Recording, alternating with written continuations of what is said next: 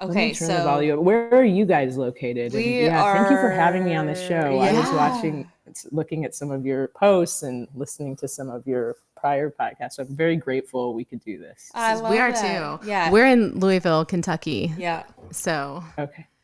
middle Louisville, of, wow. yeah. Oh, Yeah. Kentucky. I just spent a Yeah. bunch of time there, as you guys Where? probably know, over the last couple of years. Well, or over the last few months. Well, so we have been involved sort of behind the scenes with the Kentucky Ibogaine Project. I don't know if you knew about I that, but do know about that. and I was able to testify in front of the Opiate Abatement Commission on, on behalf of Ibogaine and why we should unlock opiate abatement funding from the Sacklers and, Purdue and some of these bigger institutions that are responsible for the causing part of the opiate crisis. So I've been to Kentucky like multiple times in the last year. Okay, so Are next time you you, could come to Kentucky, yeah. like we would love to meet Are you. you I familiar remember. with the Kentucky Harm Reduction Coalition? Yes, we So met with them. that Nice. is That's like important work. insane. I love that. That's important work. Well, sadly, it was killed, this abatement fund in Kentucky, Oh, because of the new attorney general there, Oh, who is, I mean, we don't have to go yeah.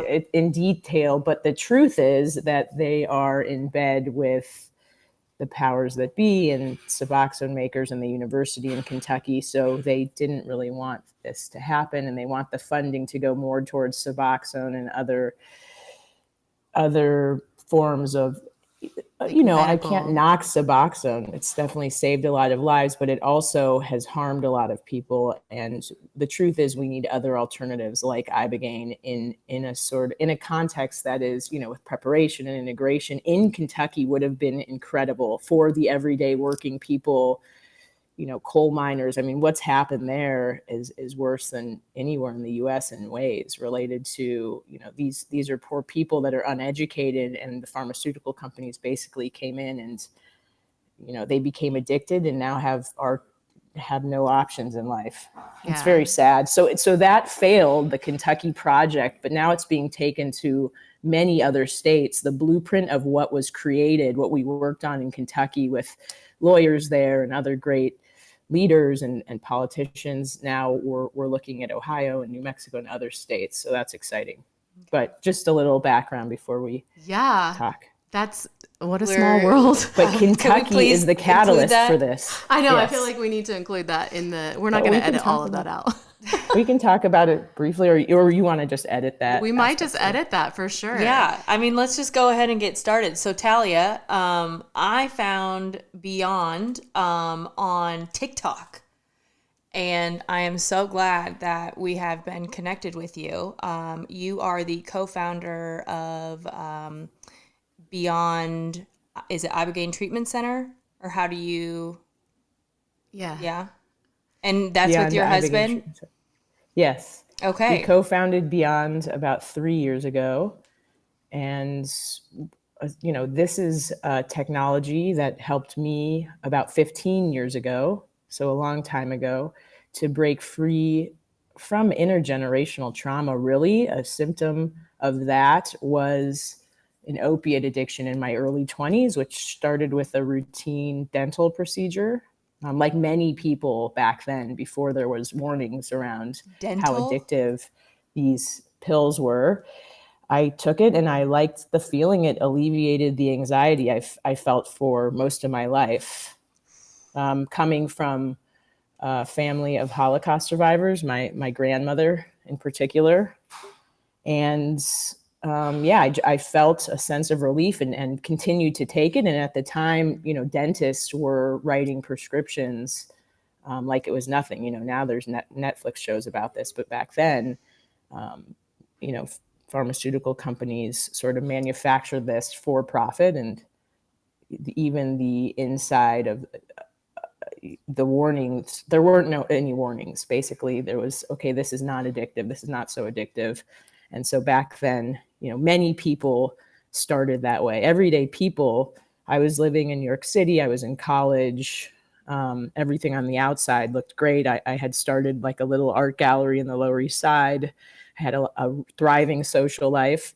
But yeah, I always felt this sort of anxiety, also like this deeper sense at a young age of what are we doing here? What's the purpose? Why are we here? So I felt odd and left out. I grew up in Omaha, Nebraska. Shut up. I'm from And Iowa. oh, Northwest wow. Iowa. Yeah. I was like, just like a 2-hour drive to Omaha. Yeah, that's incredible. My mom's from Cedar Rapids. So yeah, and I discovered, a friend of mine told me about, I had tried, over that 2-year period, I was blessed that my parents were very worried and had been to a number of the best rehabs in the United States. And, something, I realized that it was it was a brain disorder in a way. Like I would always need an opiate. The post-acute withdrawals would kick in after 30, 60, 90 days, and I would end up reaching for an opiate to calm myself. So I heard about Ibogaine. I heard that it gives you a reset, that it greatly reduces, or for some people, eliminates withdrawals.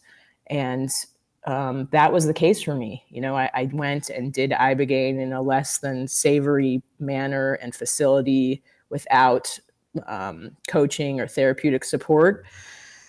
But I was blessed to find it, and I experienced it. It was a profound awakening on many levels. I saw, my purpose here. I was able to forgive the people that had harmed my grandmother and many others.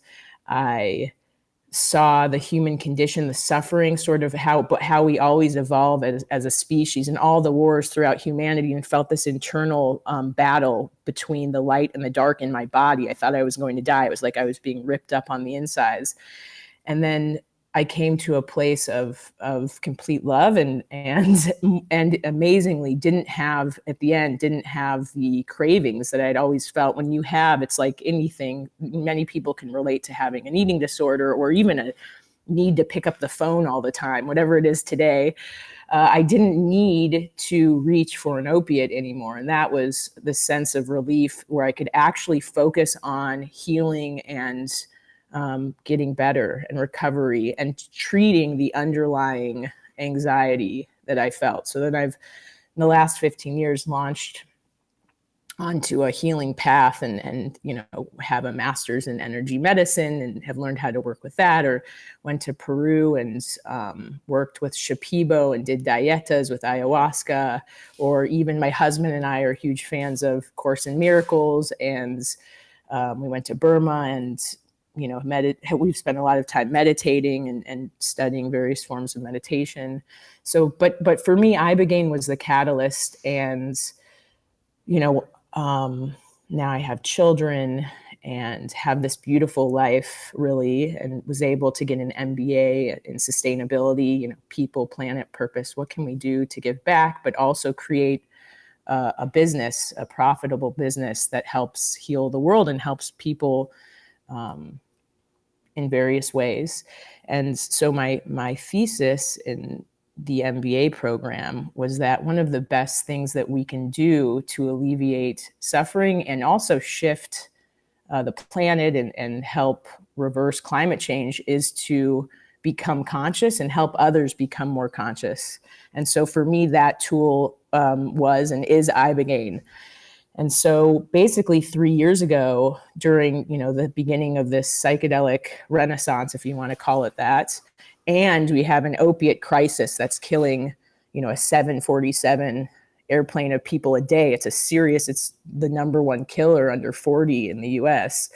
Wow. And because there wasn't really a lot of great Ibogaine facilities on the planet, we launched Beond. And what we found is that it's not just a tool for addiction. It's a tool for rewiring your thought patterns, shifting your belief systems. It works very well for PTSD, as the recent Stanford study has shown for veterans. It reduced PTSD, anxiety, and depression by 80% after 1 month, and even past 3 months. And it's a tool being used by people like Joe Rogan and Tim Ferriss, not just for those that are in a severe crisis of trauma or addiction, but also for personal growth, for focus, We get many normal people that are just seeking, they might have it all on the outside, right? But they're questioning what are my next steps? What's my purpose for being here? It reconnects you to your soul, essentially. And each person has a different purpose, right? And it sort of shows you this GPS navigation for what to do next in life. So that's why we launched Beond, and it's a series. Ibogaine is one tool that we use, but we have many tools on site: coaching, cold plunge therapy, somatic therapy, meditation, Watsu, water therapy. There's many forms. It's sort of a buffet of tools that I've used myself in the last 15 years, and people are deeply supported. There's a lot of workshops that we have, peer support and coaching, and each person gets a workbook to specifically target their unique reason for coming and come out of the process with many insights and the ability to apply the insights that they've gained from their experiences to their everyday life when they go home. And the coaching continues. There's one-on-one coaching, and there's weekly free coaching for all alumni continuing. And so that's part of what we do at Beond. Holy shit. I know. Like, you just answered our entire list of questions. So I want to back it up, because for our listeners who may be new or to psychedelics, I feel like we speak a lot to people who are like just dipping their toes in. Ibogaine is a psychedelic that we looked into, or we talked about, or we realized what it was, the power of it, when we saw like the Lamar Odom documentary. He did ketamine first, and then he went and did Ibogaine treatment. And then we heard like, wait a minute, Ibogaine is the most powerful psychedelic in the world. We thought it was ayahuasca. Like, there's something bigger. So started doing the deep dive into that. And can you explain to us what it is, and what maybe like a typical process, or like what a journey through Ibogaine looks like what it is and what it does? Sure. So Ibogaine is derived from an African shrub called Iboga. Iboga has more alkaloids than just Ibogaine alone, but Ibogaine is what has been studied by researchers, and it's a purified form of Iboga. Ibogaine, so it does come from, Iboga has been used by tribes in Africa for thousands of years. One of the main tribes is the Bwiti tribe, and they use it to connect with ancestors, for rites of passage, for insights, sort of like how in our society people have bar mitzvahs or bat mitzvahs or wedding rituals. They use it to go inward and connect. And to shift life, to shift into different gears of their life. Ibogaine is used more in the West in a clinical setting. So at Beond, I think we've done a great job of balancing clinical with spiritual aspects, ritual aspects. Because Ibogaine has cardiac risks, it needs to be used in a setting with trained physicians and nurses who understand cardiac care. So all of our treatments are done we say we have the world's sexiest ICU. So there's, beautiful lighting and scenes of the jungle, but there is, and the lights are dimmed, and not many people would notice this, but there is a crash cart, and people are hooked up to electrolytes such as magnesium during the whole treatment, which lasts around 12 hours. And we have about 8, we just hired a few more, 8 full-time physicians and almost 20 nurses on staff, coupled with, shamanic coaches and breathwork guides and other facilitators, right? So our nurses are trained in clearing the space in Palo Santo and mindfulness and breathwork, but they're also able to reduce any risk that could occur. Now, if Ibogaine is used in a medical setting and the clinical team is well trained, the risk is very low.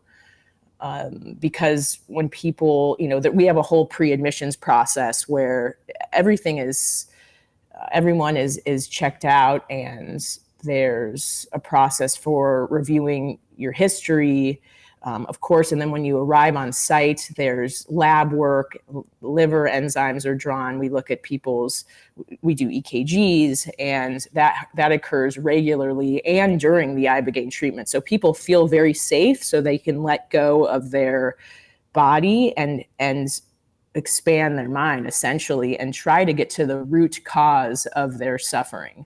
And that's what we assist people in doing.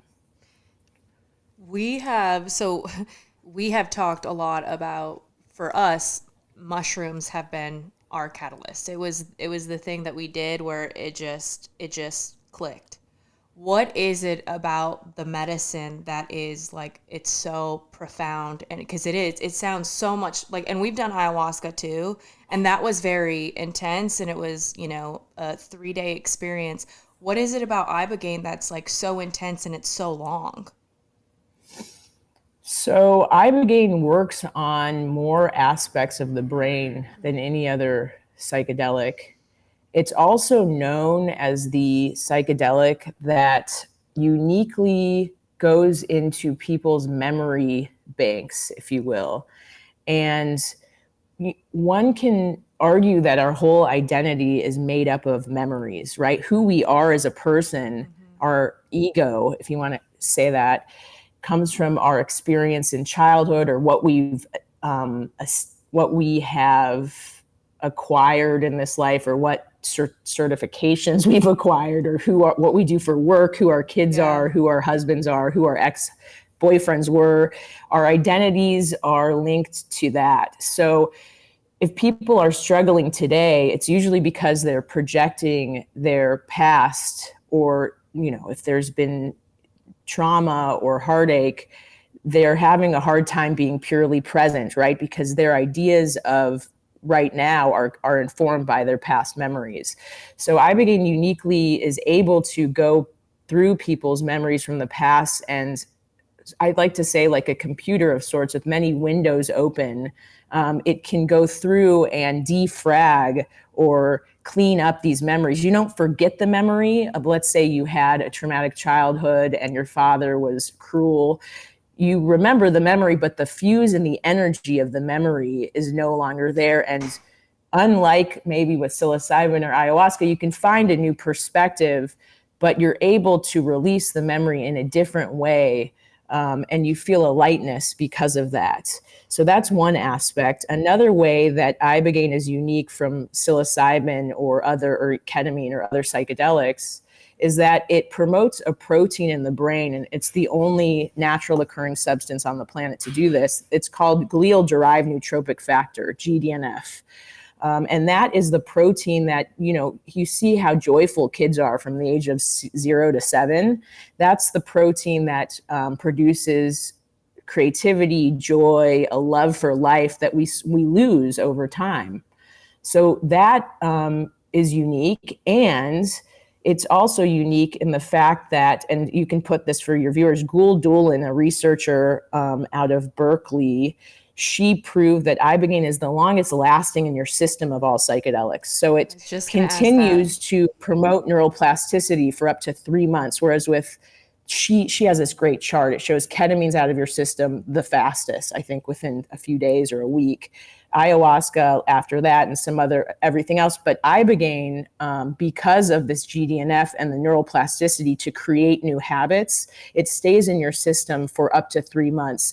So like, I've used ayahuasca a number of times. You have these deep insights. It's very profound. It's DMT. It's different. Iboga or Ibogaine doesn't have the DMT, but you have these profound insights. You feel connected to the universe, but maybe a couple days later, you have trouble integrating them, and you see people going back for ayahuasca a lot, and they have a hard time bringing what they learned or believing what they learned into their daily 3D reality. Whereas with Ibogaine, it's much easier to bring insights into your everyday life because of that neuroplasticity, and because it converts to something called noribogaine in your liver, and that is metabolizing through your system. And because of that, you have months to take the insights and take action. So people feel it's a natural antidepressant, and people wake up, they're able to create new habits. It's known as the habit interrupting medicine, and our thoughts become our habits, right? Our actions. So you're able to create new habits. You're able to meditate in the morning if you want that. You're able to not react to your husband or your children or your, boss, or and shift the way that you do things, whether that is for a behavioral addiction, a chemical or addiction, or just, creating a new mindset in life for everyday people. So that's how this medicine is unique. And so we see people not needing to come back. If they do come back, it's because it's, a year later, typically, and it's because they want to reach a much deeper level. And in that time, they've changed so much. We have people who are a mom who might drink too much wine at night. They're high functioning, and they have their own little company or whatever it is. But then they'll come back a year later. They'll have stopped drinking. That's not an issue at all. But they want to figure out what they should be doing with their time now. Or they feel, for the most part, very alive, but they have some other questions. So, to answer your question, it's much different. And it's hard to compare it with any other psychedelic. And the other way that it's different is that it's more of a lucid dream state. When you're on it, you're very aware of where you are. Ibogaine has a bad reputation because I think it's been used for opiate addiction for many years. And when people are coming in that space, they may not have looked at aspects of their lives for years, right? Because they've sort of been numb and they haven't been able to process emotions. And for them, it can be scary. But for others who are already doing this work, I think for your audience, you're always aware of where you are, your name, who the staff is, you're bonded with them. It's not like DMT where you're completely gone, or heavy doses of psilocybin, and you're able to actively pull up issues and look at them and heal them. And so there's much more of an ability to work with the medicine that way as well, even though, the visions are like 4 hours and the insights are longer than that and make up the rest of the time. You're very much able to work with it, and it's, more malleable, I would say. I think we've shared that chart before, where it correlates to the duration of the journey as well. So like, because ketamine is only like an hour-long journey, that's why the results are not less effective. I know it's like a really great medicine for a lot of people, but it doesn't last in your system as long. That window of opportunity to change isn't as long, which is why I see a lot of people kind of getting stuck, continuing to do ketamine, like every few weeks or every few months, like, and not really finding what these other substances would be able to give them. So yeah, I'm like, listening to you talk about this, I really thought that this was like a medicine that, was for addicts or extreme PTSD, or TBIs. And now I'm like, do we need to That's literally what I was thinking. I'm like, how do we go and do this? Because I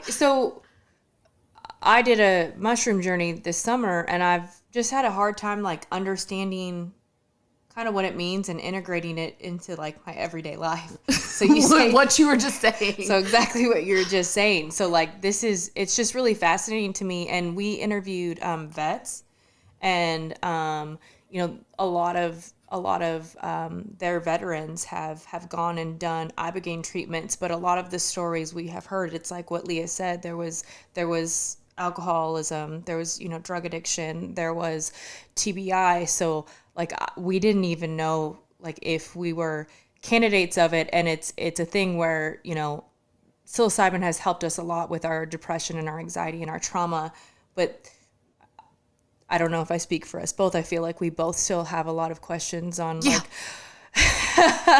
what we're supposed to do, what we're meant to do, what our purpose in this life is. And so, yeah, I'm like struggling to find words because this is kind of not at all what I expected this interview to be. Yeah. Well, Which in a good way. Figure In a out good how way. you two, can come whenever you're ready. We can work on that. We're But ready. certainly, for example, there was a woman with us last week who started a well-known company in the fitness space, and by the time she left us on day 6, she was like, I need to sell my company in 2 years from now. She had burnout. I need to sell my company in 2 years from now. I want to have a child in a couple more years. And then I just want to be, a guide and a coach after that. So she had a whole plan for what she wanted to do. And she feels so great. She's able to sleep for the first time in a long time. She has more energy. She has more focus. She has investors lined up. It's only been like a week since she left. It has gifts for every person that comes. That's for sure. So And it's almost like with like what we've done, there's lessons there, and you kind of have to like interpret them, with your own perception, with your own life. This seems more clarifying than anything. Yes, I would say Iboga or Ibogaine is very direct. They say it's like a stern grandfather. So this is what you need to do. And this is how to do it. You can ask it questions, and they're very practical answers that come back, sometimes with not a lot of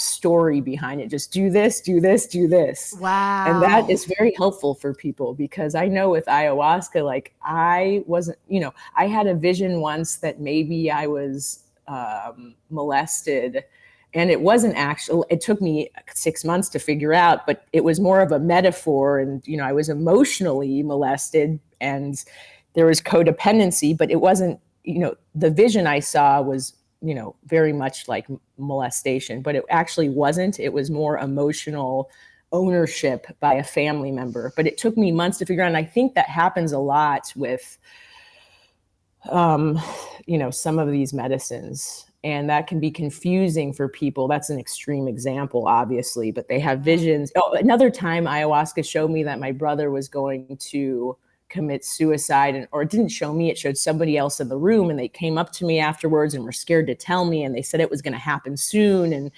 And the truth was, months later, he had a complete shift in consciousness. I think you guys had him on the show, actually. Zev.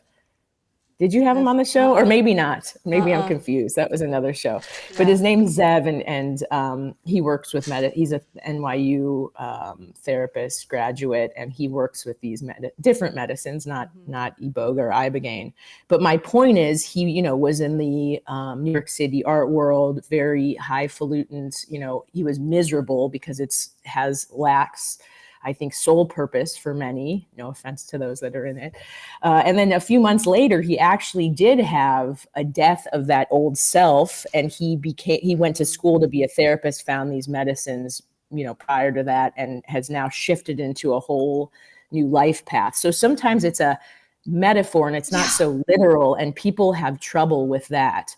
Whereas I feel, in general, Ibogaine is more direct and literal. So that can be helpful too. Well, and it sounds like, because it's like when you take psilocybin, when you take ayahuasca, you are just truly like surrendering to the experience.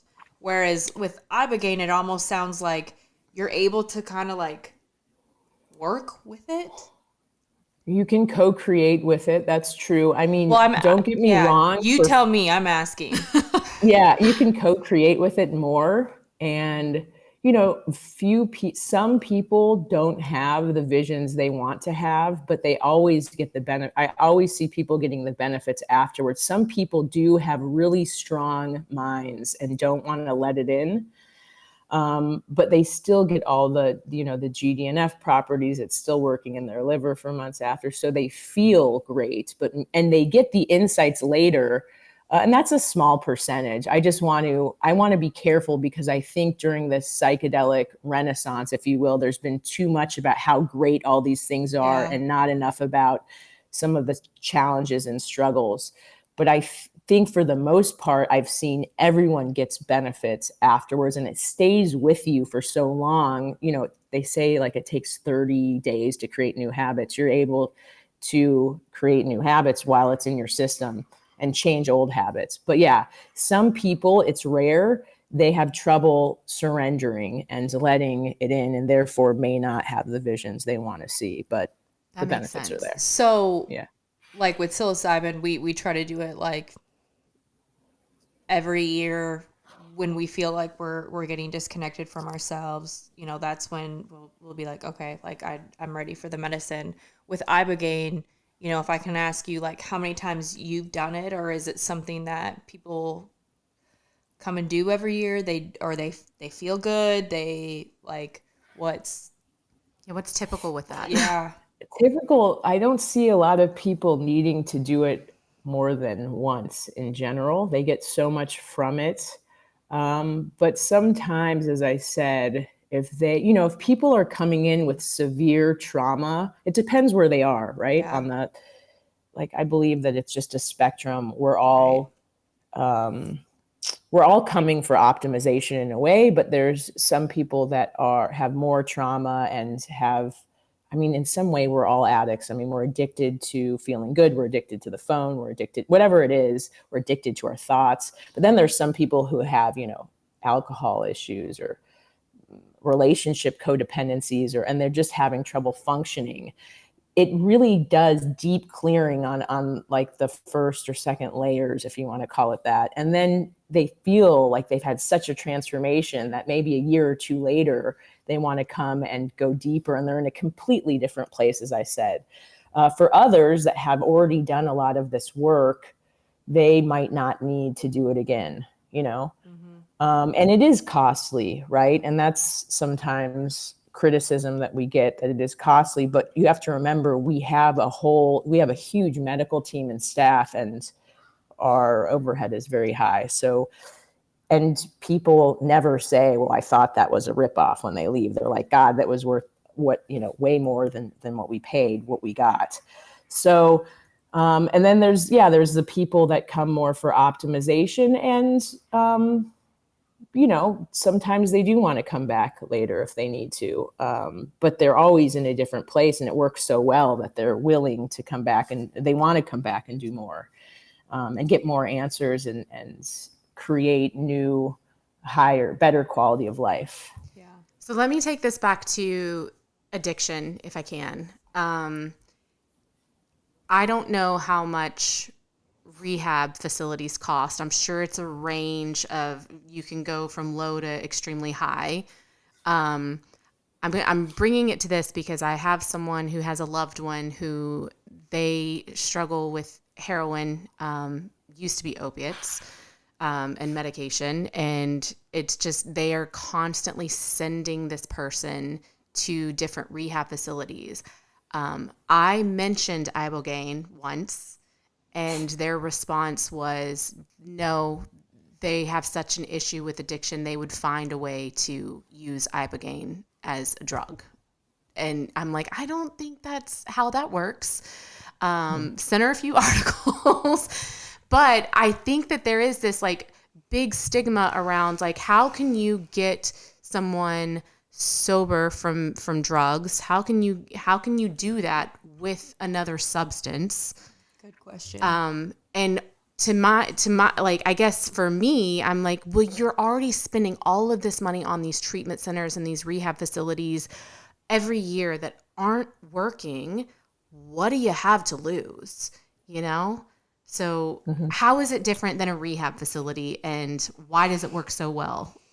Well, I would say I'm a good example of that. We've certainly seen people that have been to 30 or 40 rehabs over 10 or 15 years, and it's a revolving door.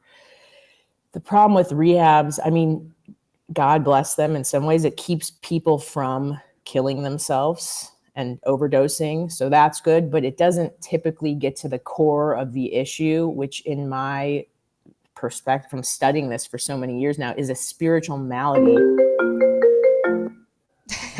Hang on. You're going to have to That was our head of pre-admissions. How do I, okay, sorry.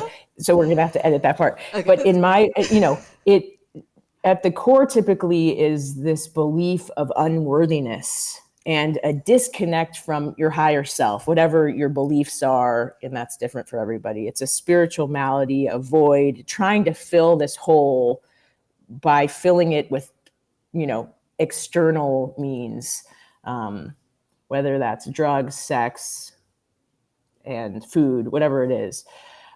So this revolving door, this rehab, yes, insurance covers part of it, but it typically doesn't provide a deeper sense of an awakening, and it doesn't physiologically interrupt the addiction, right? These are the two things that's amazing about Ibogaine and unique when paired together. So people are typically put on something like Suboxone, and we get people all the time who are on Suboxone and they feel dead inside. Yes, they're not dying, they're not doing fentanyl or using prescription pills, but they don't feel like living either. So Ibogaine has the ability to reconnect you to your purpose. It's a plant medicine. It connects you to the earth and your higher self while resetting, your various receptors, your opioid receptors. It works on serotonin, dopamine, and your other elements as well. So that's how it's unique. And, people have said, how can you cure? I mean, I went to AA for years after I did Ibogaine. Ibogaine was my catalyst. And then I needed a daily program that taught me meditation, that taught me how to look at my own part. A big part of addiction is resentment, right? And you blame everybody else but yourself. Everyone's the victim. Or no, you're the victim and everybody else is the perpetrator, and you lose your power in that, right? So these medicines and a program like AA, or some people hate AA, and that's fine too. Everybody has a different path, but something like that puts you back in touch with your core power, right? And you go from victim to empowerment. And for me, I think I'd be dead without Ibogaine because I wasn't on board with 12-step at these traditional rehabs. I thought, I felt like it was cult-like and I was following the masses. And only until I did Ibogaine had the clarity to see that 12-step isn't all bad. You can take what you need and leave the rest, as they say there. Was I able to actually sit in those meetings, find connection with a few like-minded women, and be of service to others. And so that really helped me. But the idea that Ibogaine is addictive, I've heard that before. It's the opposite. It's not something you want to do all the time, even different from ayahuasca, because for somebody coming in for addiction, it is a grueling process, the physical detox of it. It's not something where if you're an addict, you say, okay, I'll just keep doing Ibogaine every time I get addicted. No, you have to look at hard parts of yourself that you've been avoiding. And that can be harder than getting re-addicted to opiates. And so for me, I never want to do Ibogaine again for addiction. It showed me all the ways I was selfish, all the ways, it was very challenging. And thank God I've been able to work through a lot of that now. But I never want to go back to that again. And I never want to harm myself again in that way and put poison into my body. That's what it showed me, how I was poisoning myself. And that message and the physiological reset at the same time of not having the desire, not having the craving, like that in itself was remarkable. So, I mean, I'm open to speaking to anybody just in sharing my own experience. And, hundreds and hundreds of others that have come through for dependency issues. It is something that is highly effective as a tool. It is not a magic bullet. You have to do the work afterwards to maintain it, but it gets you way beyond, most of the post-acute withdrawals and a lot of the other challenges that you might have with a traditional rehab. Sometimes you need to find a new way and seek a new way.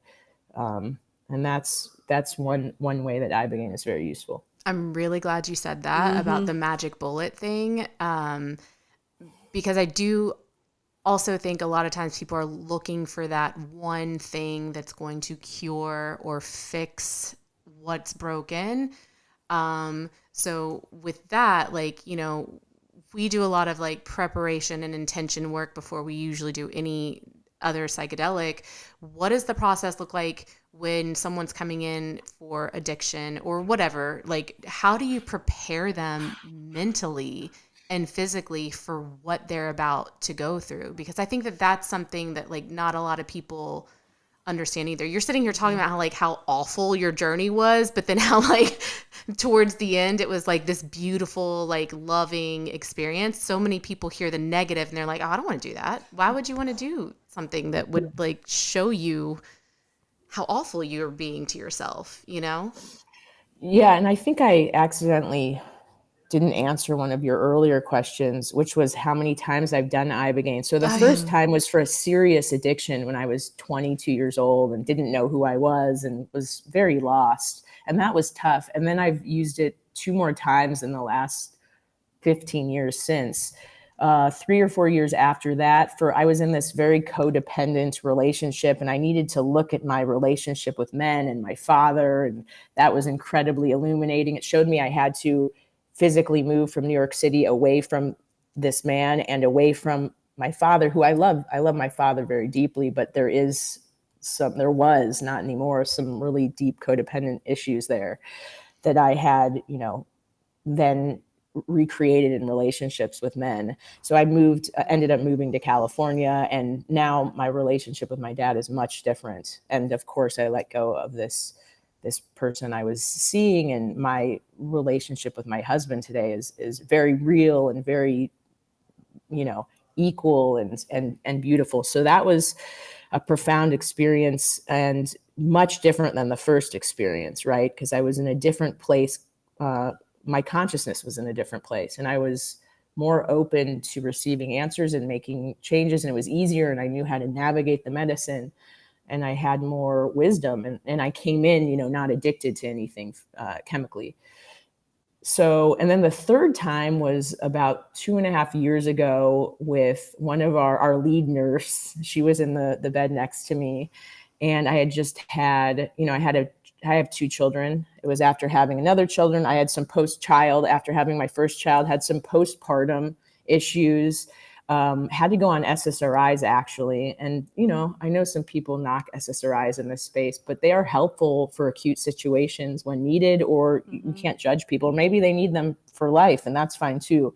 But I felt a sort of numbness being on, I think, Lexapro and Prozac. After a year, it helped me get out of the ditch, but I wanted to get off of them. And Ibogaine has proven to be a really great reset.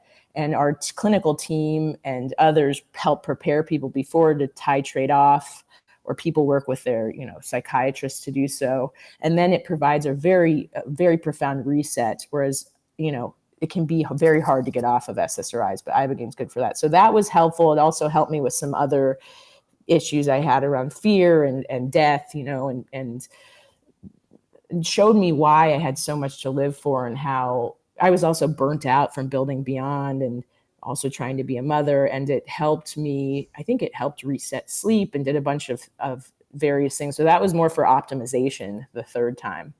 So to answer your question, I've used it in different ways at different points in my life, with reverence. And, I think about it a lot before. Do I really want to do this? Why am I doing this? And to answer your last question, that sort of leads into that. So yeah, we have a process. So people come to us. There's an admissions process. We personally match each person with a coach. We have about 8 coaches that we work with. Each one has, of course, used Ibogaine themselves to heal, so they know what they're talking about, and they have used it for various things. So some coaches have used it more for burnout or optimization. Other coaches have used it more for had severe trauma. We have veterans too. We're launching a whole veterans program coming soon. We've treated a number of veterans, but we haven't had a specific veteran program, and for other first responders. And then, of course, for dependency issues too. So people will be matched with a coach, and they'll have 2 sessions before they come. And that is extremely helpful in understanding what they want to get out of it and why. And then they'll arrive on site, and we have daily workshops and a very thorough workbook around that's tailored to each individual around what they're trying to get out of this, what they want to ask themselves, what they want to ask the medicine, what they want to heal. And that is very powerful because we've discovered that peer-to-peer support is very useful. So sitting in a group and being able to talk through why you're there, and Beond's unique in that, a lot of retreat centers, everyone comes on the same day. We're open 365 days a year, and people are coming and going every day. So people arrive and they have a lot of fear, and that's normal. Ibogaine's a big medicine. They're also very excited. But to be able to see somebody and meet somebody who's like you, who's 8 days ahead and has already worked with Ibogaine and already worked with some of the smaller booster doses, we call them secondary doses, they see, oh, wow, this is profound. I see the change in the person, and I see that it's not so scary. So those are the group workshops. People bring their workbooks, they fill out, there's various activities that are very useful. One is like, what are my gems? What am I good at doing here in life? And, you get the traditional banker who's miserable in their job, and they're able to say, well, I'm an artist, or I love, making things. And, they leave, and then they know that they need to spend more time no matter what. Even though it's easy to say normally, like with your traditional therapist, I'm going to on the weekends create more art, or I'm going to start a company that, works with videography and dancers or whatever. And they actually go and do it after the Ibogaine. And then we help them architect like very practical steps on how they can do it. So it's not just some pie in the sky idea. But that's just one example. So, and then when, this continues to happen their whole stay, there's this daily workshop and workbook. And then when they leave, they continue to work with this coach. And then they, as I said, they have these weekly alumni therapy and mindfulness sessions that are free, ongoing for alumni.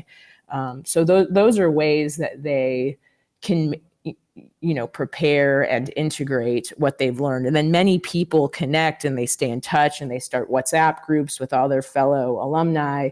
And that's really cool as well. So, and all the while they're engaging in, we have human design classes. We have daily cold plunge sessions. We have a cold plunge that's running all the time so people can jump in, but we also have coaches and fitness coaches doing, HIIT, and we had, daily massage. That is very important. We had a woman come, a Black woman, amazing woman, who was adopted, had never connected with her family, did Ibogaine, and had a very powerful somatic massage and released all of her ancestors she was holding in her back, like from, way back in her lineage. Like she was carrying their suffering, and she saw slavery and she saw these images. And that just shows you like the importance of touching, the importance of the somatic, but also why people need to try different tools with these medicines. So whether it's talk therapy or, coaching or somatic or cold plunge, and these are things people continue to do after they leave. And maybe they've tried them in the past, but they've never been offered in this way. They continue to do a cold plunge every morning when they jump in the ocean or they turn on the shower. They continue to meditate, and we do work with the people like Tara Brock. Do you know her? She's a great meditation teacher. She's recorded. We do some Joe Dispenza recordings, just depending on what people like. And so it's very customized, but there's also a number of healing tools that can be connected. There's sound healing, there's cacao ceremony. So we try to give every person something that they can take home. Wow. And integrate with ongoing. So how long are people there? Like if you had us at human design, and then you really got me at that massage.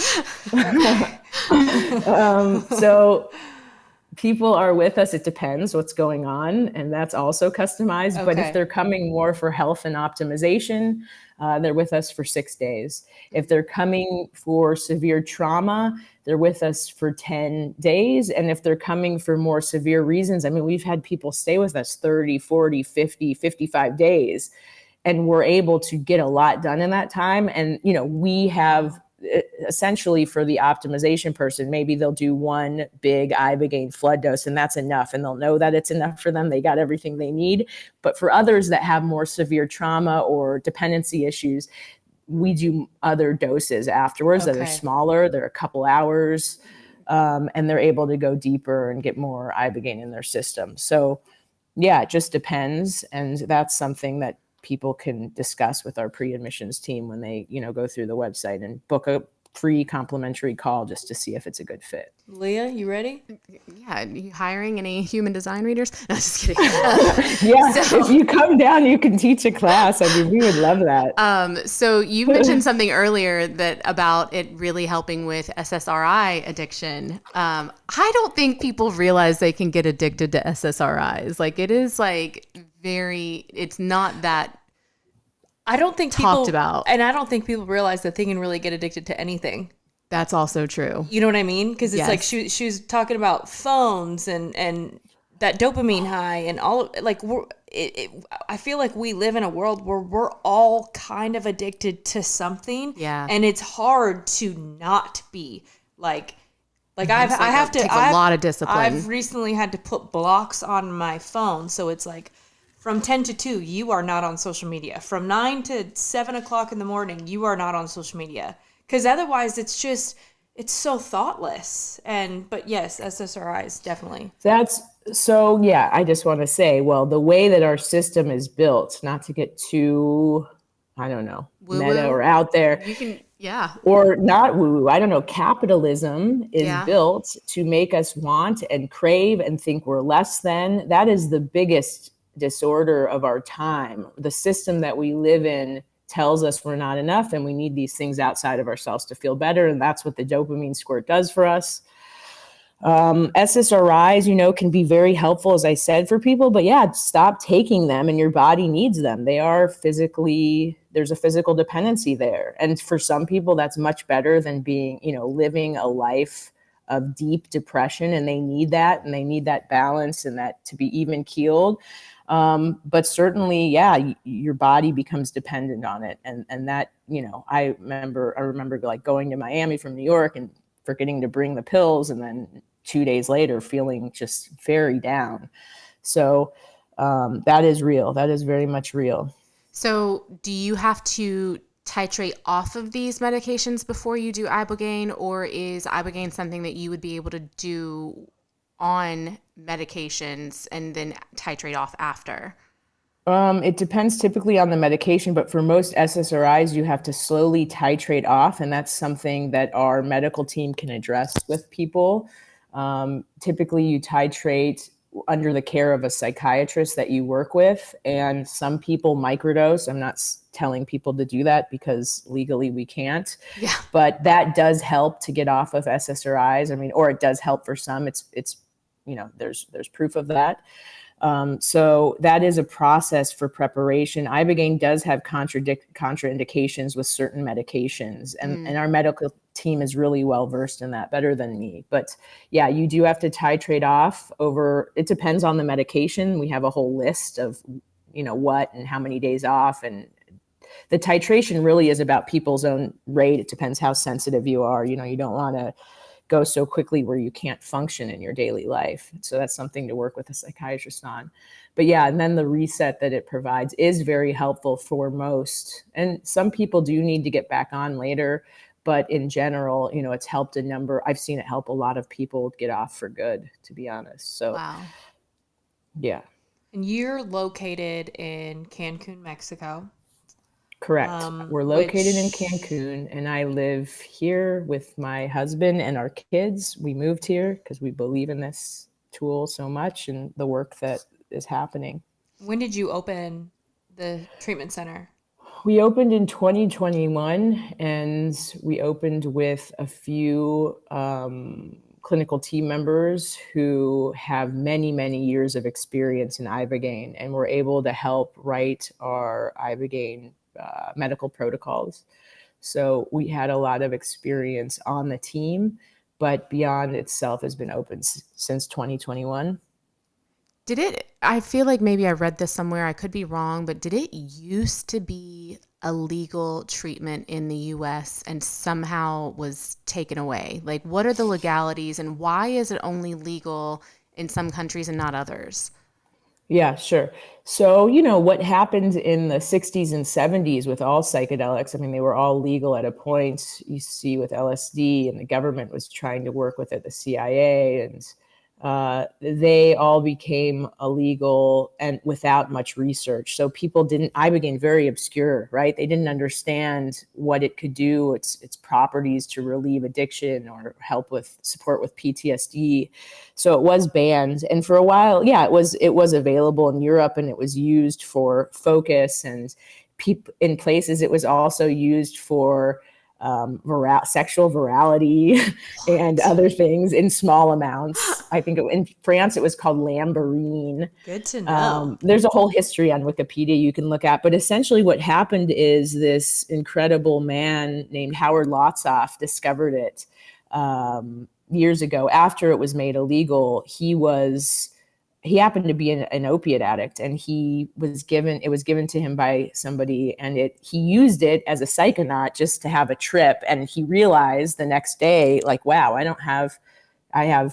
not having cravings, and essentially it provides a rapid detox for people. I don't have the sweating, shaking, barfing, from coming off, and I don't want opiates anymore. So then he launched on a personal mission with himself and some of his colleagues, friends, to treat other friends. And they were part of the underground movement in the US and Europe, and started treating other people, in hotel rooms without doctors, before understanding really the cardiac risk. But he is the Western godfather of this medicine, him and his wife, Norma. And he passed away, sadly, but she's 85 years old.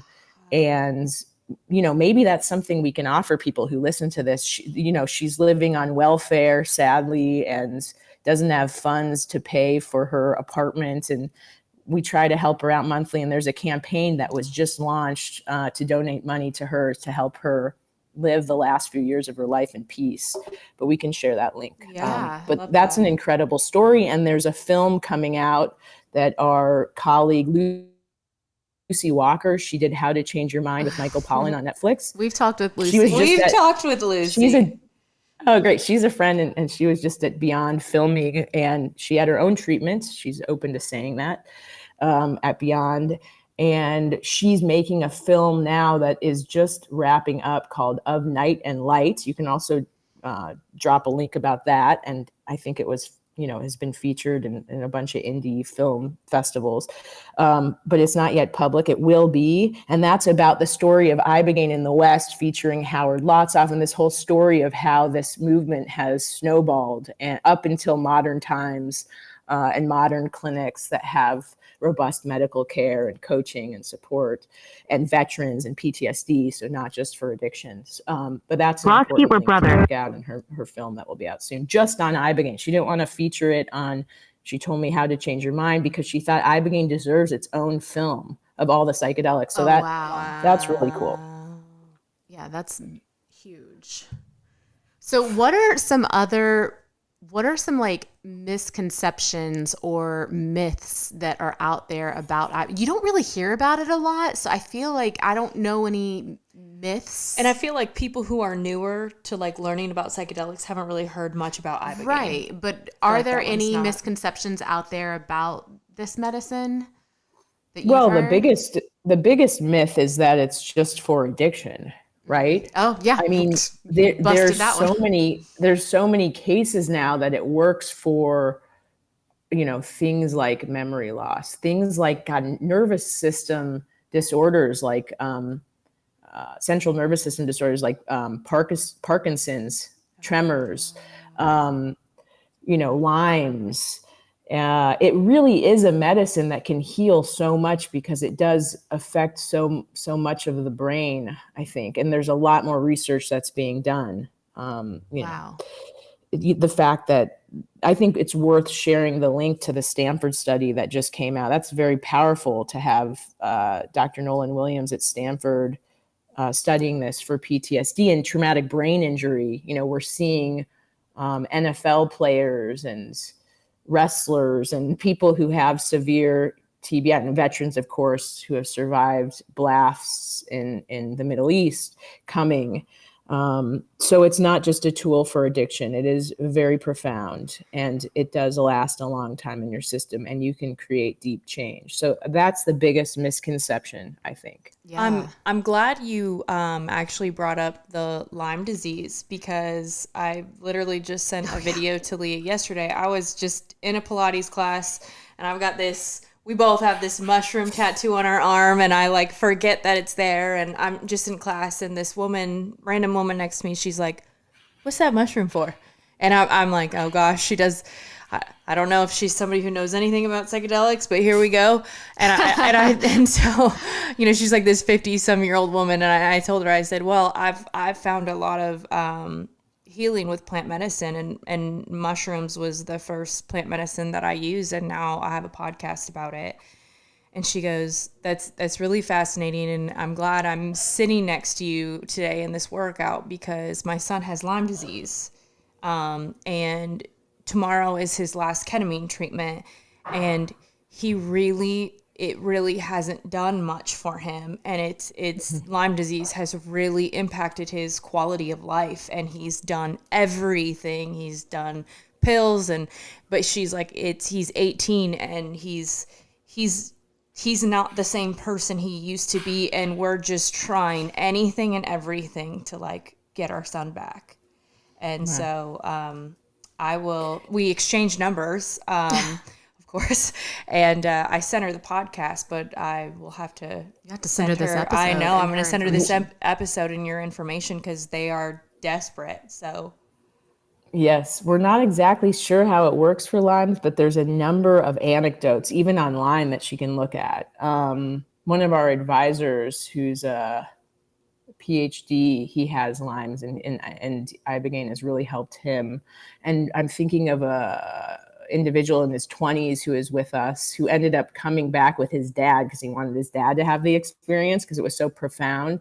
He had Lyme's, and it helped him, and now he's going to medical school, and it's totally made it so he can function in the world. I mean, that's an incredible case. But I think there's been quite a number of them, and we're starting to publish more case studies. We now just hired a head of research. We collect all of our data.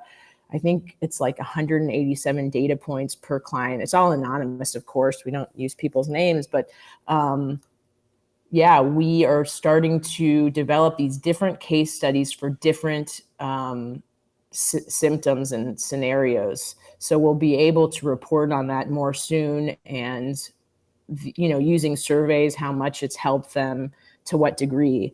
But I'd certainly be happy to speak to this individual and even connect her son with past clients who it's helped. Yeah. We never know, like, it may work, it may not, but we've seen it work. We can say that it has it's pretty useful in that case. I will send her this episode and send her y'all's way. I think she's, I think sometimes people get to a point where they're like, they're willing to do anything. They're willing to try anything. Yeah, that's how I was, willing to try anything. The traditional methods didn't work, and that's how we're able to find new technologies that we can bring to others in the world. So that's really cool. And thank you for your tattoo and the fact that you're out in the world and inspiring people, especially you guys are both in Kentucky. Yeah, unfortunately. I love that. Yeah. No, I was literally just having this thought, like, she's talking about all these different places. I'm like, God, we live in the wrong place. But as I was saying that, I'm like, I think I live in the right place, because not a lot of people hear about this stuff here. We're having all. Say that again. You may want to say that again so it doesn't get edited. Like, not a lot of people in Kentucky are aware of these different types of modalities. That's very true. And also, where we are, our region is like one of the worst off as far as like opiate addiction and the crisis that, we're having where we are right now. Yeah. So this work is extremely important here. Well, and we've kind of, with the podcast, we've kind of become the spokespeople of mushrooms and plant medicine, because there really aren't very many people who are, talking openly about this. And we're two moms who are doing that. And it's, in a state that's not necessarily so progressive with this type of conversation. Thanks for doing that. Yeah, I have sent, you are in the right place. I have spent some time, as I said before we started recording, in Kentucky in the last year working on this Kentucky Ibogaine opiate abatement funding that didn't actually go through sadly for political reasons, the powers that be and big pharma. But I spent time there with locals, and I did go get my hair done, and nobody knew about Ibogaine, and the education that has come through from the Kentucky Ibogaine project in Kentucky, and we've even had a number of guests from Kentucky who wouldn't have known about it, is remarkable. So it's great that you guys are there. And I myself am from Omaha, Nebraska, and it was a dream of mine that these technologies and plant medicines would come to the Midwest, and it's starting to happen. So I was just in Omaha last weekend, and there was a massive gathering, festival for consciousness, for climate change, for psychedelics on Lakota land. This very wealthy individual who's from Omaha has launched this project to bring people from all over the world. I was with, psychedelic researchers and climate change activists and such incredible, and Lakota people and Buddhist monks and a monk from Bhutan, and in Omaha, Nebraska, That's or an hour outside of wild. Omaha. I never thought that would happen. And to see, like, as a little girl, my dream, I had to go out and find it. I moved to New York. I lived in Istanbul and moved to Northern California in the last 25 years. And now here, I always had to go find it and acquire these friends and people. And here I walk into this event, and I run into like 60 people I know, but from all over the world, not connected to Omaha. And I was like, wow. It is true. All roads, that's it's easy to be in LA or to be in New York and we're in a bubble, but for it to spread to middle America, it's, exactly, I think what's needed. So I'm glad you guys are there and doing this work, and I'm very appreciative of that. Thank you. Talia, thank you so much for all the information that you shared today. I hope we stay in touch.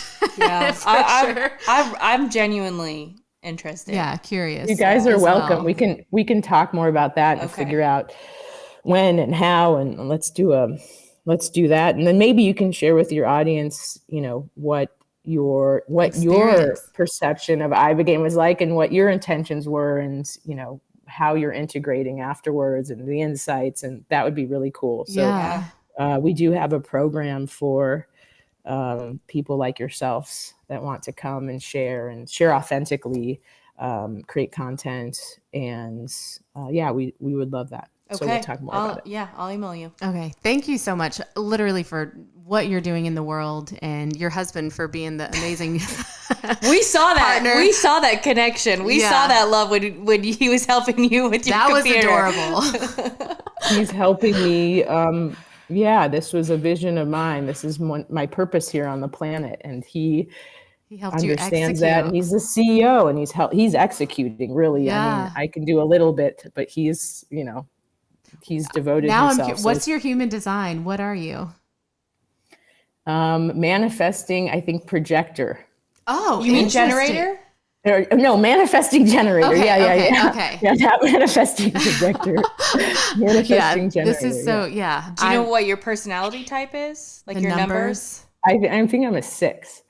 Okay. Interesting. Yeah, we're 3-5. So like we are like the experimenters. And then we're meant to talk about what we've experimented with and the lessons we've learned by what we did. Whether we fucked up or did it.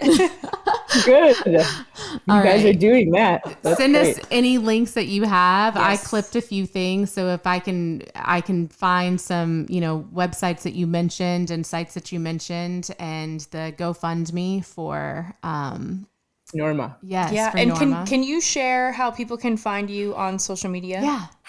Sure. It's just beyond.us, beyond us, BEOND, no Y. Love We that. don't ask why. Why is not a spiritual question. Oh, I love that so much. I love that. Okay, there's some meaning there. I was wondering why there wasn't a Y in there. I love that so much. Thank you. All right. And to our listeners, we hope you gained so much out of today, because we know we did. Stay curious, be open, and we'll see you guys on the other side. See you all on the other side. Don't and see you hang at up. Beond. Yeah. The great Beond. The Beond.